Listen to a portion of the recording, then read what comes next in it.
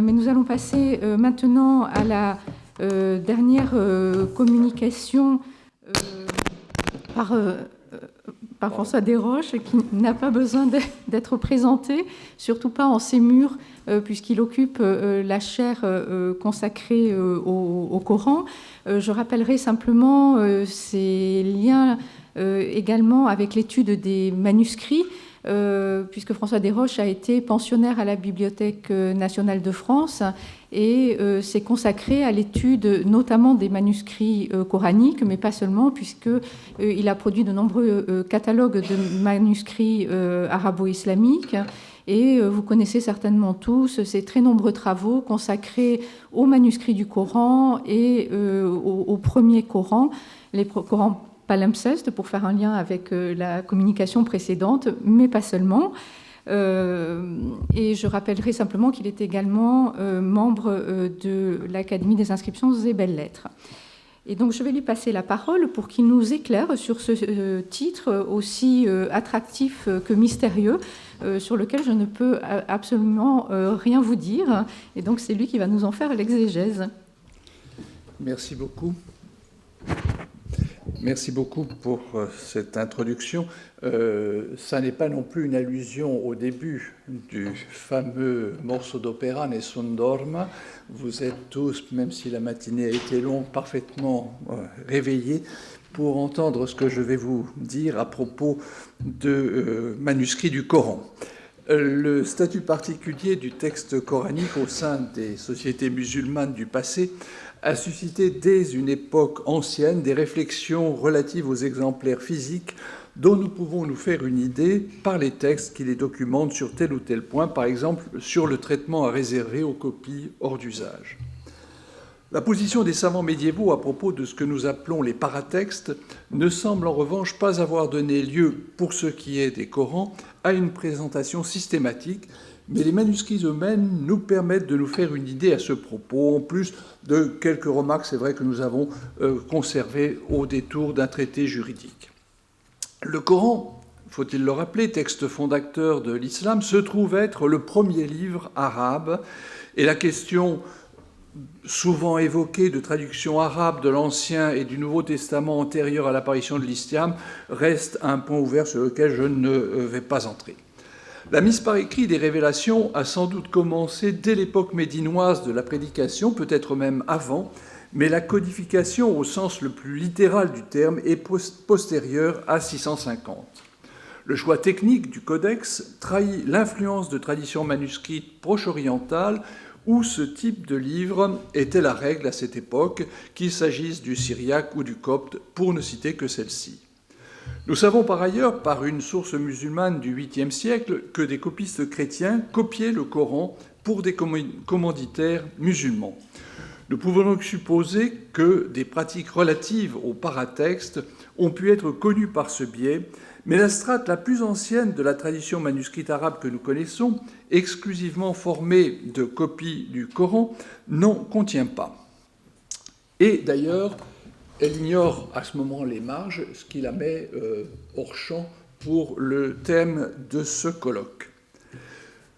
Néanmoins, une tradition manuscrite se développe rapidement en dehors des Corans, qui sont, il faut le souligner, désignés par un terme spécifique, mushaf, à partir de 700 environ, porté à partir du IXe siècle par la révolution du papier qui modifie considérablement les conditions de ce développement. Elle maintient le modèle qui avait été mis en place pour les copies du Coran, mais introduit une nouveauté, la page de titre. Les plus anciens exemples de celle-ci remontent au IXe siècle, mais les copies du Coran ne sont pas concernées et, de fait, elles ignoreront largement les pages de titre. Voilà un Coran plus tardif, mais la page, le premier feuillet que vous voyez donc sur La droite n'a aucune indication de titre et le texte commence au feuillet 1 verso directement sans autre indication que ce soit, ce qui n'est pas la règle pour les manuscrits non coraniques. Cette situation ne paraît pas avoir été totalement satisfaisante et une partie de nos manuscrits témoigne d'une recherche qui tire parti de l'introduction d'enluminure en différents points du texte, autre innovation que beaucoup des commentateurs juridiques anciens rejettent. Au IXe siècle, les frontispices de copies du Coran commencèrent à introduire de courts textes qui permettent de mieux cerner les représentations que s'en faisaient commanditaires et lecteurs. Il s'agit de formules pieuses que je vous ai énumérées ici et illustrées avec cette reproduction d'une double page qui ressemble beaucoup aux doubles pages en épigraphe qu'on a à l'époque, mais qui inclut une shahada, c'est-à-dire une profession de foi musulmane, un peu développée. Ces brèves légendes, dont certaines décorent aussi des reliures, il faut le souligner, reprennent des formulations qui figurent dans le Coran ou s'en inspirent, en faisant le choix de mettre en avant le nom divin. Il n'est pas question de Coran, mais la source de la révélation est mentionnée, son auteur en quelque sorte. Cette tradition se maintint au moins jusqu'au XIe siècle, à l'occasion associée avec des décomptes enluminés des éléments constitutifs du Coran sur lesquels je vais revenir.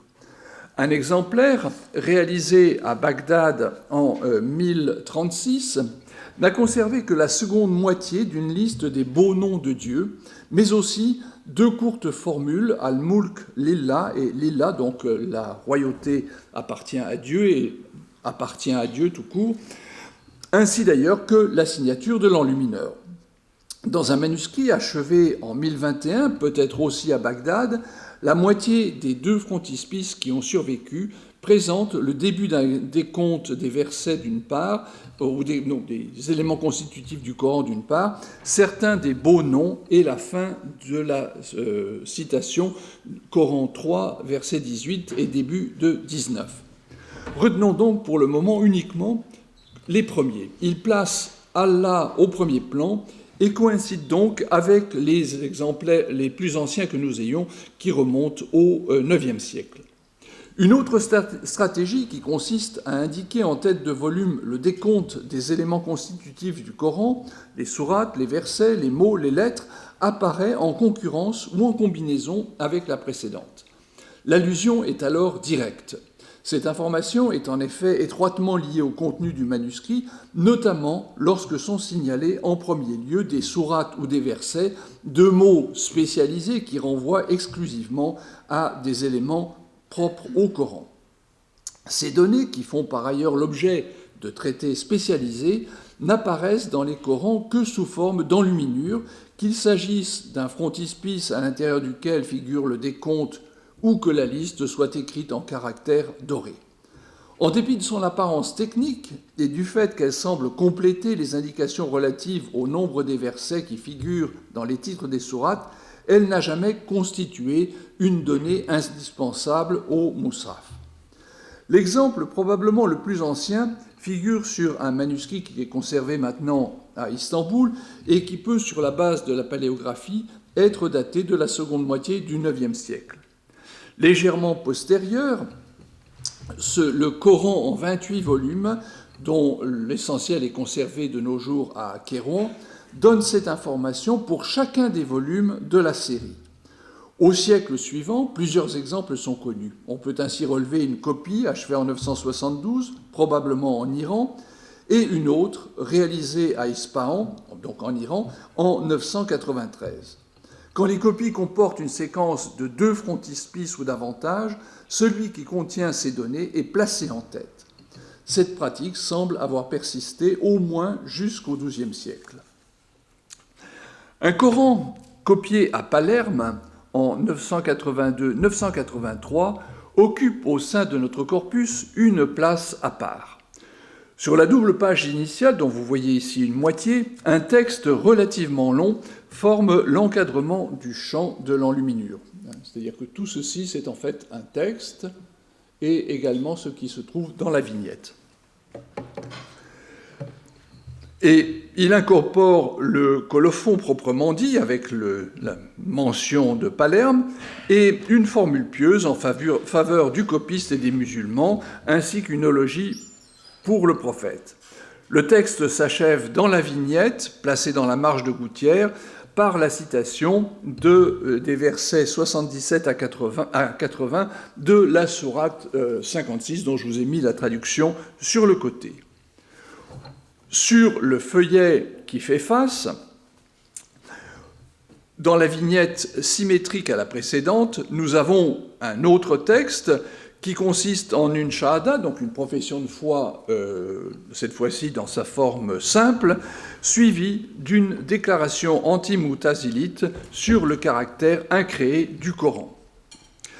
Il s'agit du premier frontispice daté, on en a d'autres avant, mais qui sont datables simplement, premier frontispice daté qui inclut des versets où figurent les mots Qur'an et Kitab et Tanzil, que j'ai mis sur l'écran, donc Coran, livre, écriture et révélation. Qu'il soit placé en face de la profession de foi, accompagné d'une affirmation anti-mutazilite, n'est sans doute pas un hasard.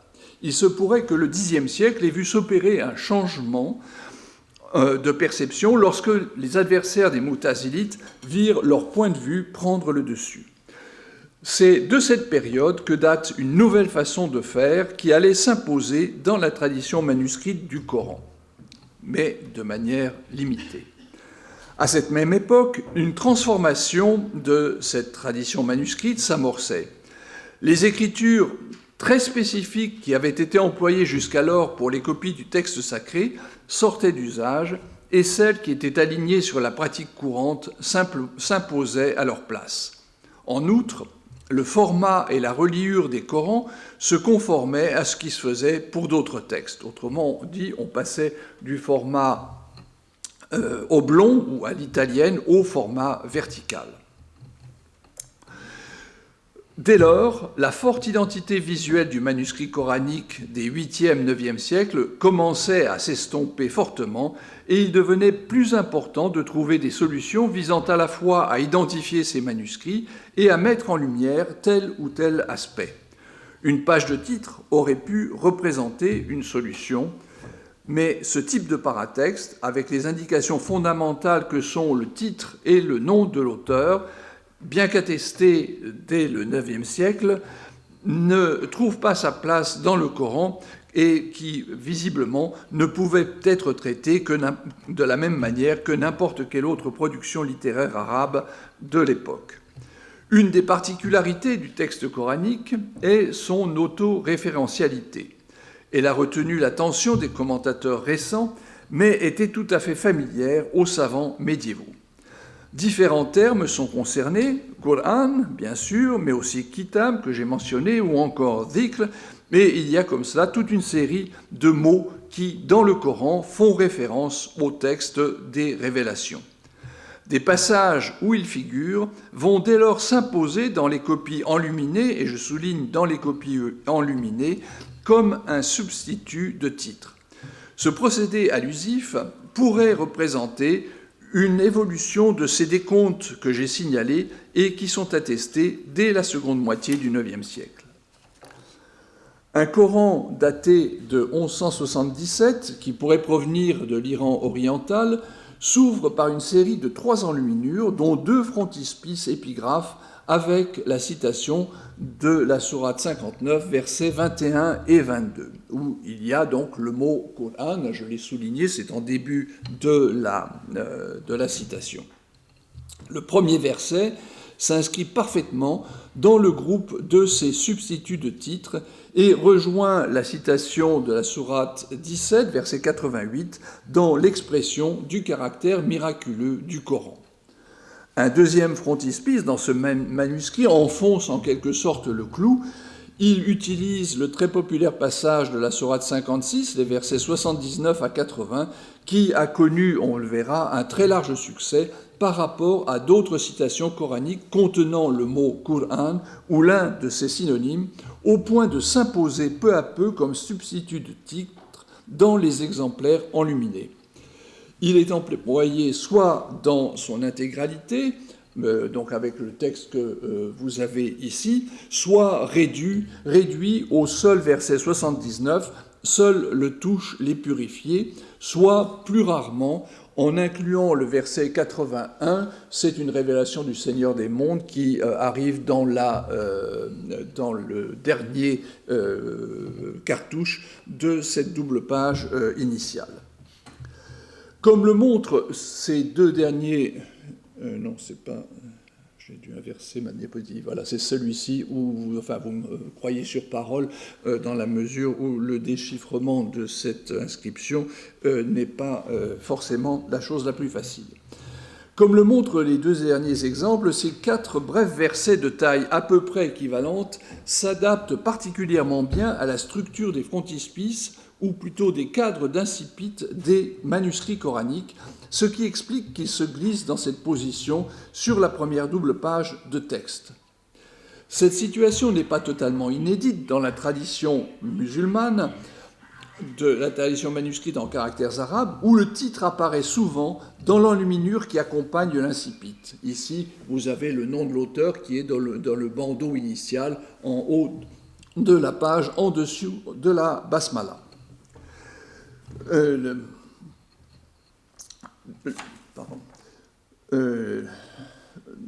Donc l'utilisation, quoi qu'il en, les exemples de l'utilisation de cette citation de la sourate 56 couvrent un vaste espace et s'étendent sur une très longue durée, depuis le Coran de Palerme du Xe siècle jusqu'à des éditions imprimées contemporaines. De cette rapide cartographie des utilisations de ce passage ressort la très faible présence de l'Occident musulman, même si Palerme est notre plus ancienne attestation, puisque dans cette région, de manière générale, les enluminures initiales comportant une épigraphe semblent constituer une exception. Dans les manuscrits du Coran exécutés en Iran au XVIe siècle, ou adoptant la même séquence initiale des décors, la première double page est souvent occupée par 2 médaillons symétriques en étoiles, qu'ils soient intégrés ou non à une enluminure plus vaste, où figure la citation de la sourate 17, le verset 88, que je vous ai traduit en marge, et vous voyez que très souvent la césure à l'intérieur du verset se fait entre le démonstratif et le mot Qur'an, qui est le premier de la deuxième étoile. Parmi les nombreux exemples connus, on peut citer le manuscrit de Berlin de la Chester Beatty, islamique 1546, copié en Iran en 1498, où cette sourate, la sourate, le verset 80 de cette même sourate précède la citation. Cette citation apparaît encore sur un autre Coran légèrement postérieur de la même collection, le numéro 1525, ou encore dans un autre Coran dans une collection privée réalisée à Shiraz en 1564-1565. Donc il y a visiblement un phénomène de mode à l'époque en faveur de cette citation. Ce verset est du nombre de ceux que la tradition musulmane invoque, et ça n'est pas un hasard, à l'appui de la notion d'inimitabilité du Coran, ce qui laisse penser que ces titres ont également une fonction, disons, apologétique. D'autres versets ont été semblablement utilisés en tête de Mus'haf, mais leur diffusion paraît plus réduite, dans l'état actuel du moins de notre documentation. Il arrive d'ailleurs qu'ils soient associés à d'autres, plus communs dans cette fonction, de substituts de titres. Relevons tout d'abord ceux où figure le mot Qur'an et qui remplissent leur rôle de la manière la plus évidente. Dans un manuscrit copié en 1289, vraisemblablement à Bagdad, les citations apparaissent dans des bandeaux du cadre d'incipit, lequel fait suite à un frontispice, un épigraphe. Et ce cas montre qu'il y a une sorte de patchwork de citations qui permettent d'enfoncer le clou plus facilement. Ce sont en fait ici 3 passages différents qui ont été repris, mais on a d'autres exemples où on combine 2 voire 3 citations. Ce n'est plus Qur'an, mais Kitab, livre, écriture, qui apparaît dans la sourate 41, versets 41-42, associé au mot tanzil, révélation, sur un demi-frontispice d'une copie qui a été exécutée au cours du Xe siècle à Kérouan. Pardon, là je saute j'ai sauté une diapositive. Voilà, oui, pardon, c'est cette diapositive. Un Coran un peu plus tardif que celui qui figure à l'écran, daté de 1177, et qui pourrait provenir d'Iran oriental, pourrait prendre place, comme un exemple, au milieu dans cette série, en incluant en plus un élément apologétique, puisque la dernière partie contient la même formule que celle qu'on a vue sur le Coran de Palerme, c'est-à-dire une affirmation anti-mutazilite affirmant que le Coran est la parole incréée de Dieu. Dans deux manuscrits dont malheureusement je n'ai pas de reproduction, l'utilisation de citations coraniques pourrait avoir visé à signaler soit une production dans un cadre politique, soit une allégeance, soit enfin une marque de possession discrète. Mais dans tous les cas, l'allusion passe par la citation coranique. Le premier, un manuscrit qui est à Istanbul, est datable du Xe siècle. Seule subsiste la moitié gauche d'un frontispice au centre duquel on lit la fin de la sourate 61, verset 13. À l'origine, le texte complet devait être « Secours d'Allah et succès prochain annonce la bonne nouvelle aux croyants ». L'impératif « Bashir annonce la bonne nouvelle » peut être compris comme une référence à la prédication du Coran et représenter une désignation allusive similaire aux précédentes. Mais cette citation, qui n'est pas attestée à ma connaissance sur d'autres manuscrits coraniques, pourrait s'expliquer par sa première partie, utilisée pour son caractère propitiatoire par la dynastie fatimide qui régna sur l'Égypte de 969 à 1171 et figure tant sur ses inscriptions que sur ses étendards. Cette copie pourrait donc avoir été produite dans un milieu dont nous faisons l'hypothèse qu'il était fatimide et qu'il a joué sur l'utilisation d'une allusion coranique comme cela commençait à se faire à cette époque. Dans un Coran en écriture maghrébi, ça n'est pas bien sûr une représentation du Coran que vous voyez à l'écran, daté de 1287, la formule n'est pas une citation mais une allusion au Coran, avec une devise inspirée par le verset 21 de la sourate 12, qui a été utilisée par les Nasrides de Grenade, qui règnent entre 1237 et 1492, et que l'on trouve, et c'est là l'origine de mon illustration, sur les murs de l'Alhambra. Voilà Khalib illallah. Je ne connais pas de texte où soit débattue la question de la page de titre des copies du Coran, comme je l'ai dit à l'origine. Celles-ci ne se confondent pas avec le reste de la production manuscrite ou par la suite imprimée. Leur désignation par un terme spécifique, mushaf, leur confère de toute façon une identité à part. L'absence de titre semble faire partie de cette dernière, puisque l'écrasante majorité des manuscrits coraniques, comme le montrait ma première diapositive, est dans ce cas ce qui justifie le choix de mon titre. Il suo nome nessun saprà, personne ne connaît le titre, alors que les autres manuscrits ont le droit d'être identifiés par la page de titre. Les copies enluminées constituent, dans ce contexte, une exception, probablement née de la constatation qu'une page de titre de la qualité la plus diverse accompagnait la majorité des livres de contenu autre que coranique. Un titre au sens strict n'était pas admissible, peut-être parce que le nom de l'auteur représentait une difficulté. Cela invitait donc à rester dans le domaine de l'allusion, ce qui rejoignait d'une certaine manière les méthodes déployées initialement pour donner au mushaf une identité visuelle forte. L'insistance initiale mise sur l'émetteur du message coranique, Dieu, s'est volontiers accompagnée de formules pieuses. Vers le Xe siècle, il y aurait eu un changement d'approche qui conduisit à l'adoption d'un nouveau procédé, la citation, qui s'appuyait sur l'autoréférentialité du texte sacré, mais permettait aussi de mettre l'accent sur la révélation elle-même.